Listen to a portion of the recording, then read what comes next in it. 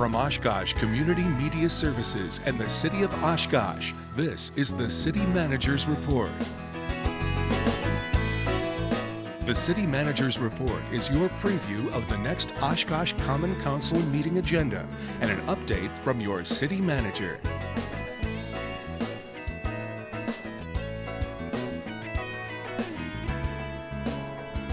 Some people call me other things. Thank you for joining us on your City Manager's Report. My name is Emily Mikowski, your host, and today we have a special guest, our Assistant City Manager, John Fitzpatrick. Thank you so much for joining us today, John. Thank you for having me, Emily. Standing in today for Mark as he's at a conference, so right. We'll do the best we can without him today, but Absolutely. we've got lots to talk about. As always, we'll start off the show just with some updates around the city, things that have been going on, and then the second half of the show we'll talk about the City Council agenda, which will be taking place on Tuesday, October 22nd at 6 p.m.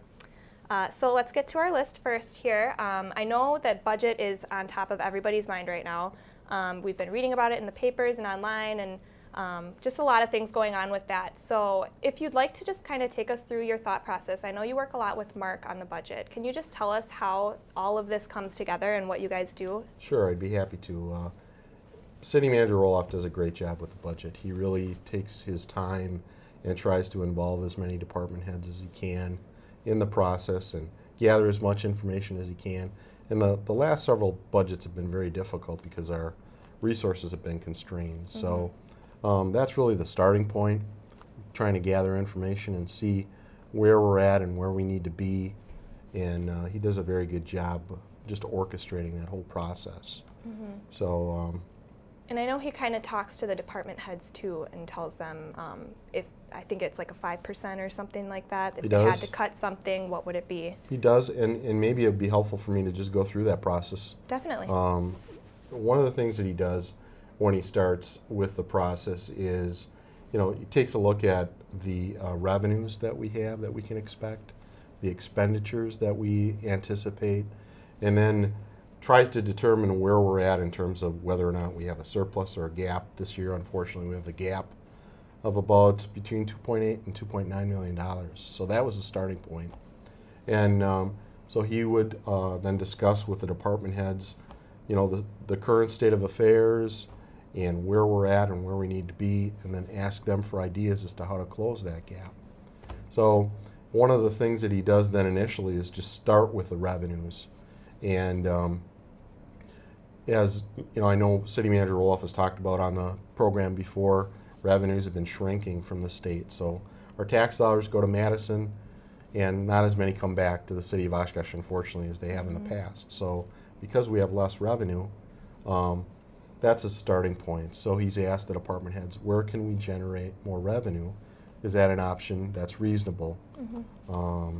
So ideas come forward in that regard, and I think as he presents the budget, he's going to maybe provide it in the same kind of structure that I'm talking about right now. So once he worked on trying to establish the revenues, and he's got a couple ideas that came forward from the department heads. One of them is to take a look at the recycling fee. Mm-hmm. And as people may or may not be familiar with, in the state of Wisconsin, some communities, because they were in difficult straits, tried to offset a lot of their tax increases with all kinds of different fees. That hasn't been the case in the city of Oshkosh. And but in recognition of that, the state took a look at recycling fees, for example, specifically, and said, hey, we understand that less money is going to be provided to us in regard to support for recycling. And if that is an area that you need to try to recover in order to make sure that recycling is viable and effective, that's something that we wouldn't penalize you with a corresponding offset in your cut in your tax rate if you develop that revenue. So in other words, the state pretty much said, we understand if that's an increase that you seek to provide.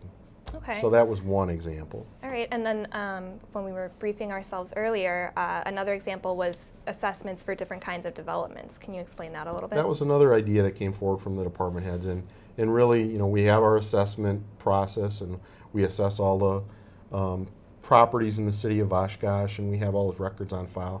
But when a new development comes forward, or an idea for a new development, oftentimes will be asked to assess property and maybe different sorts of buildings, and in anticipation of a development, let's just say it's maybe 100 parcel development that might need to take place. So those are 100 new records that would need to be created and the work associated with that. So the idea is, if that's additional work and additional activity that needs to take place to support it, it's something that could be a fee that would be charged to evaluate all that information and compile it. And that's not uncommon in other communities. So that was another idea that came forward. I think it's a good one too, to try to close that or add to the revenue gap that we have. Okay, and so like you said, he starts out with the different kinds of revenues and then moves on to the expenditures. Right. So can you kind of tell us a little bit about some of the things that are being proposed as far as that goes? Sure. As you mentioned a little bit earlier, after he looked at the revenues, one of the things that he looked at was expenditures, and he asked all the department heads to come up with ideas if they were to have their budgets cut by 5%. So that was a way to generate ideas that could be put into a pool for him to assess. And as part of that process, he understands that the citizenry would like us to provide as many services as we can for them, and we want to provide as many services as we can. So that's one of the reasons why he also looked at the revenue generation first, and then the expenditure cuts second, because we certainly don't want to cut our services to the citizenry, and I don't think the citizens do either. So through that process, each department developed a universe of cuts that they could bring forward, and then City Manager Roloff took a look at that and developed a list of recommendations that he's going to bring forward to the council. Okay. I think he's also going to share some of the things that didn't make it to the recommendation list, just so they can see everything, so it's full disclosure, in case they may not like some of the items that he did place on the list.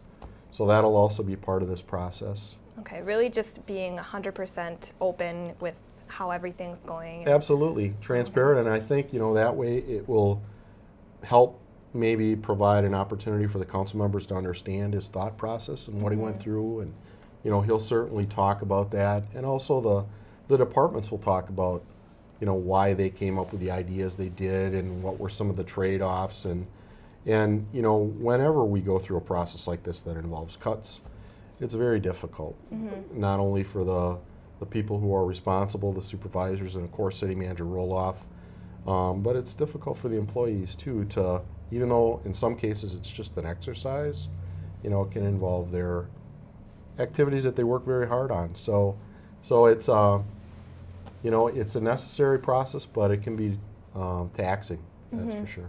Yes, definitely. And actually even having those department heads inputting different information rather than having all these ideas just popping up out of nowhere, Right. It really makes sense as to where these different things are coming from. We hope so. I think it does. All right. Well, thank you for telling us about that. Sure. Moving on to our next item here, the museum strategic plan meeting on November 7th is coming up here. Can you tell us a little bit about their process in these kinds of meetings and what they're going to be discussing? Sure, I'd be happy to. The museum, maybe I should just step back and talk about the city's strategic plan. Sure. We developed our strategic plan several years ago, and then this past cycle, I would say it's about a year and a half ago, we also updated our strategic plan. And as a result of that, one of the things that needed to be done is for each individual department to take a look at their individual strategic plan or business plan, if they had one in place, and make sure that it was in concert with the overall direction of the strategic plan, the ideas that the council members and City Manager Roloff and the department heads had worked on, make sure that we could carry those ideas all the way down to the individual employees, so Keep they it understood consistent. why they were doing what they were doing, making sure that they felt like they were part of a larger whole. So that was part of the process, and that's really what the museum is doing right now. They're working on that process, trying to make sure that all of their initiatives are in concert with some of the larger activities, making those connections with the strategic plan. And then they're going to be prepared when we take a look at the overall strategic plan as we move forward next year, which it's due for us to reevaluate. Okay, great. And that meeting again is on November 7th. Right? I believe it will be at the museum, or is that? Yes. Okay. I think it'll be at the museum. I thought they might also consider the possibility of going to the technical college or the senior center. So Right. if the museum isn't available, it might be at one of those other two locations. Yes, and on a side note, which might affect where the meeting ends up, is that the museum will be closed October 21st through November 8th. They're getting a new HVAC system, which Right. kind of a long time coming, so It it's a is. big deal for them. No, they're very excited to get that done. And one of the things we also do is we have a HVAC and roofing priority process that we manage through our facilities maintenance area, and that has been one project that's been at the top of that list for a long, long time. So I know Museum Director Larson and all the staff are happy to get that roof fixed and the HVAC system fixed, because there are a lot of valuable items in the museum. Exactly. I know that they were telling me that that's one of the main reasons that they want one, is that keeping those items intact, and it really affects it more than you think it does. Absolutely, So. yeah. Yeah. So then moving on to our next item, the GO Transit route changes. They're going to be going into effect on October 21st, next Monday. Right. So can you tell us a little bit about what's going to be changing and what riders can expect? Sure. I guess maybe I could just say that Go Transit is always looking at the routes and always modifying those routes based on customer need. And recently we went through a large process with Northeastern Wisconsin Regional Planning Commission. They did a comprehensive assessment of our entire system and came up with recommendations as how it could be more efficient and also how we could service more people in the community.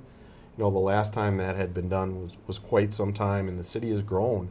So if you were to overlay the transit map on the map of the city, it really didn't cover the whole city. It was just kind of, the city grew out and Expanded around it. Expanded around it, yeah. Right. So as part of that process, they expanded the routes, and when they expanded the routes, there were some contractions that took place that, you know, people were not happy with. One of the examples was just direct stops right at a hospital. Yes. And that the citizens made that point known, certainly to Transportation Director Strong, and to his credit, he is a person that is very willing and open to ideas and always wants to do a good job. So as a result of that, some of those routes are being tweaked in order to accommodate things like that. Like, for example, being able to pick up people right at the hospital. Yes. So we had dialogue too with the hospitals to make sure that they were comfortable with that.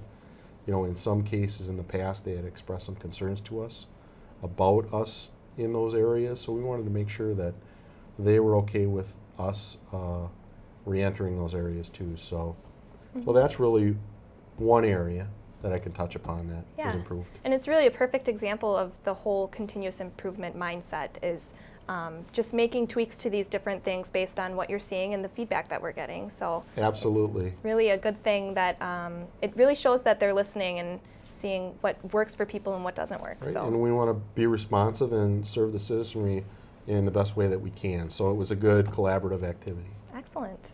And then on to our last item for this half of the show, the Causeway opening. Just opened last Saturday. It was a big event, really exciting. And I understand it's connecting the Leech all the way to the Wyowash. Can you tell us a little bit about that? Absolutely, I can. Yeah, it's very exciting. I think. I guess we have some video that you can see as we're discussing it. And it was a long project that there was a lot of folks that had input into that.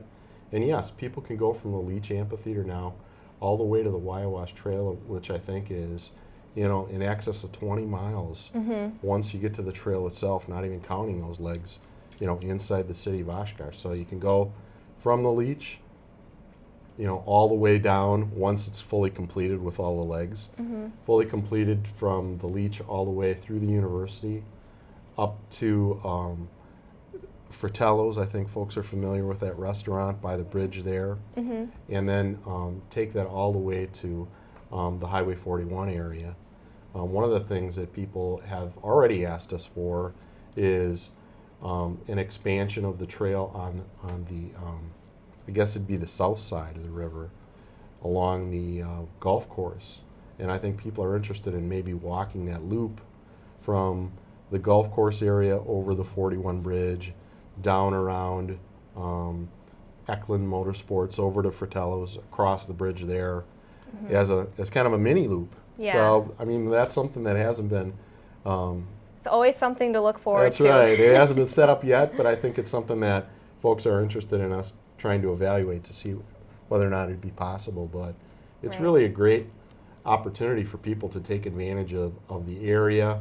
I know also, and I think you had a chance to see on the 41 bridge itself, some of the landmarks that were placed there. Yes, some cool little maps and information things they have on there to just stop along the way on the actual bridge. It's really cool. And I think one of the things that I think we worked with the museum and also with Native American groups to try to honor their heritage and provide some historical information there too. I don't know if you had a chance to I take a look haven't at had a any of chance that? to actually look at it and read it yet, but I'm definitely planning on it, especially before the weather gets too bad. I think but it's called the Heritage the Trail? Tribal Heritage Crossing Okay. of the Wyowash Trail. Right.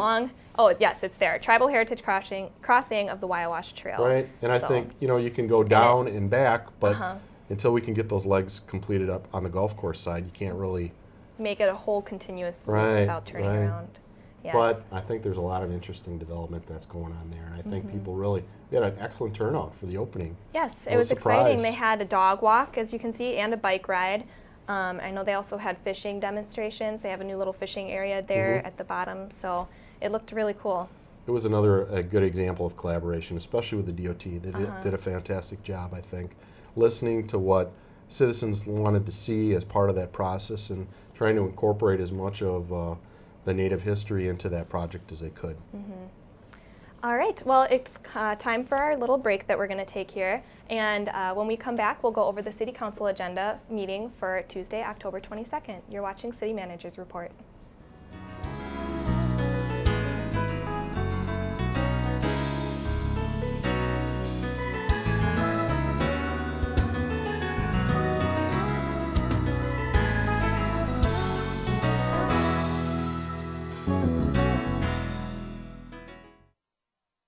Hi, I'm Mayor Burktower, and I'm asking for your help. The city has several boards and commissions that play important roles in just about every aspect of local government. Whether it's the Parks Board or the Landmarks Commission, these and other boards act as a forum for citizens to address their concerns and questions about Oshkosh city government. The boards also provide members the opportunity to make positive suggestions to the council or city staff to move the city forward. So here's where we need your help. For our city to work effectively, we need active citizen participation. Many of our boards and commissions currently need members. We're asking for just a few hours of your time each month to serve on one of our boards or commissions and help to ensure a strong democratic process. So please consider serving on a city board or commission. For an application, visit the city website, stop by the city manager's office in City Hall, or call 236-5000. Thank you for your interest, and we look forward to your possible involvement.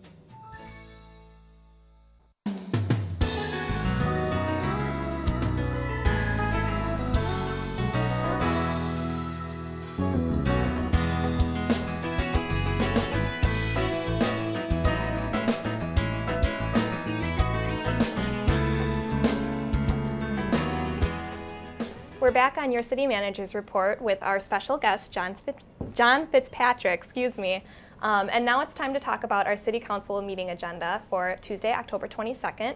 It's at 6 p.m. and you can watch it on City Cable 10 live, or you can also watch it on OshkoshCommunityMedia.org. So John, moving to our first item that we had to talk about, having to do with an agreement between the City of Oshkosh and the UW Oshkosh Foundation at the Carl Steger Park. Can you tell us a little bit about that? Sure, I'd be happy to. Actually, a lot of the items on the agenda for this next Tuesday are real collaborative in nature, and this is one example of that.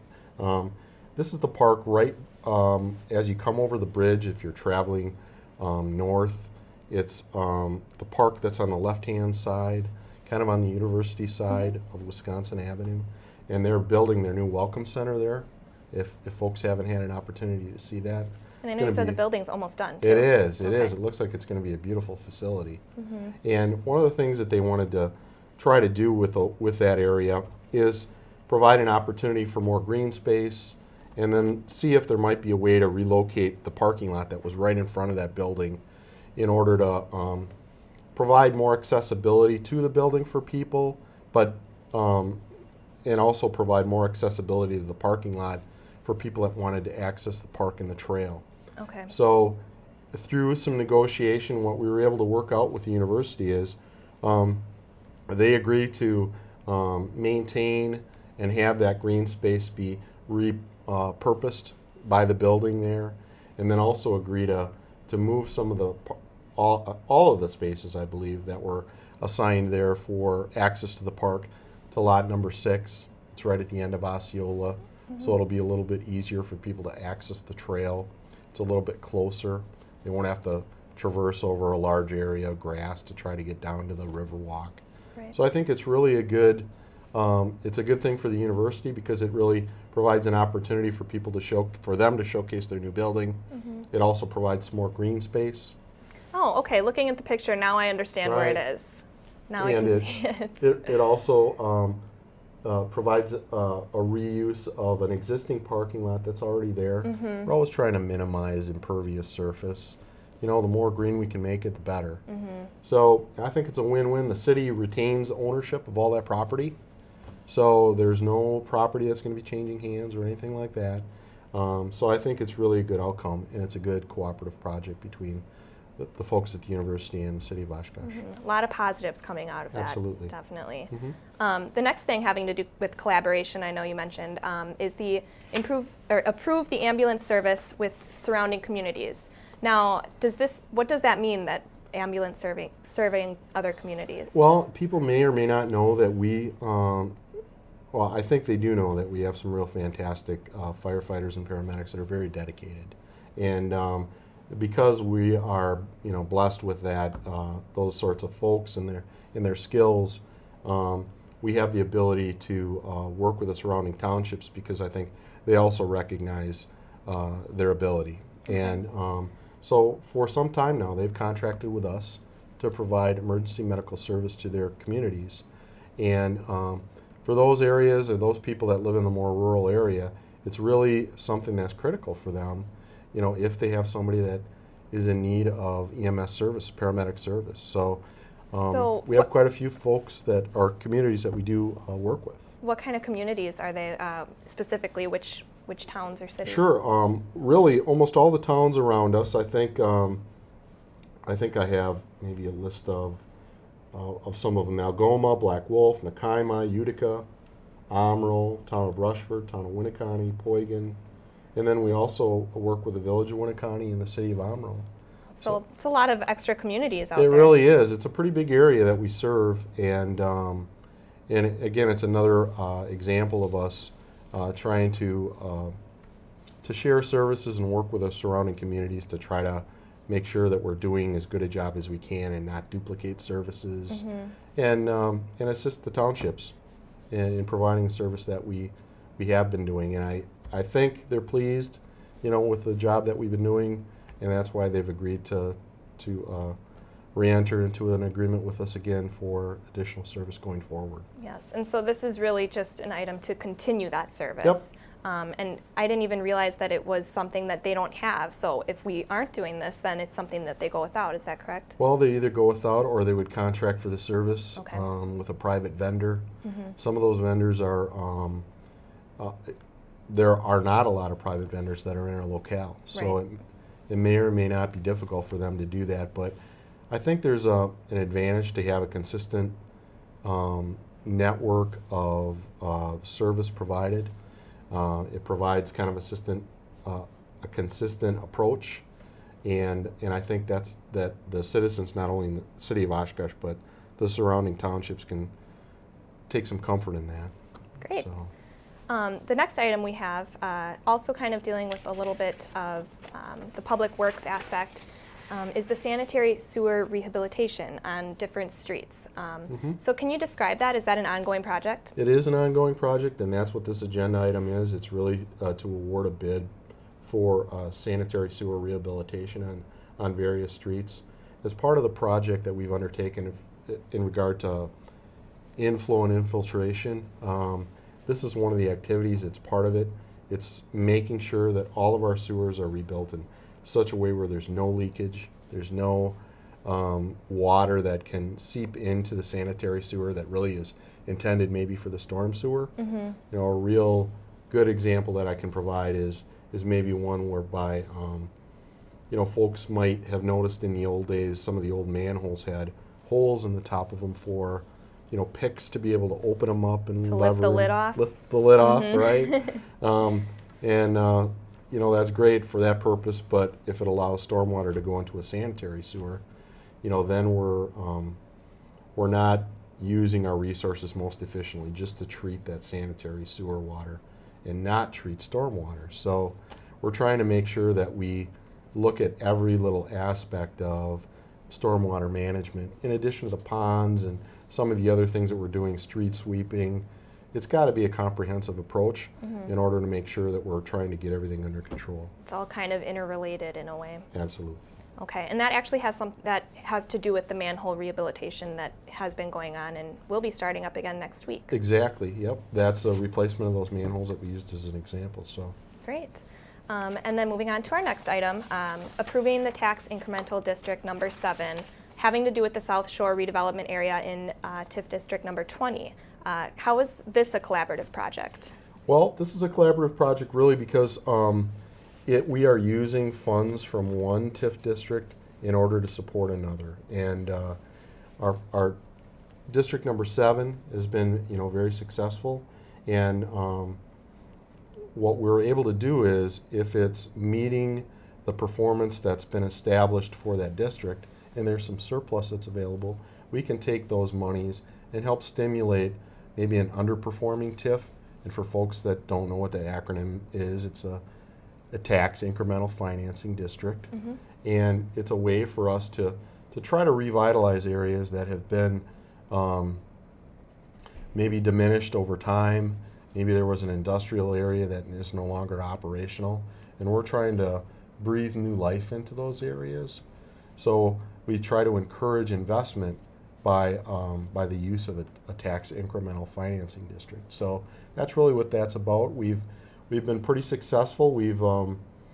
I think we're closing 3 TIFs relatively soon, and 2 of them are being retired early. So that kind of speaks to the success that we're having. Yes. These, unfortunately, haven't been as successful, but whenever we do that, we have to secure agreement from the other taxing entities to make a transfer. So our other partners in this, as you asked earlier, were the school district, the technical college, and also the county. And they realized that for everybody in the community to be successful, including them, that we need to be successful with these TIFs. So they approved our movement of the money from 7 to these other underperforming TIFs. Another great example of collaboration. It is, yes. All right. We've got a few seconds left, so if we just really quickly want to go over the dates for future agenda items, like the upcoming budget workshop meetings. Okay. Yeah, we are, as we talked about earlier with the budget, the next stage in that budget process is for the departments to answer any questions that the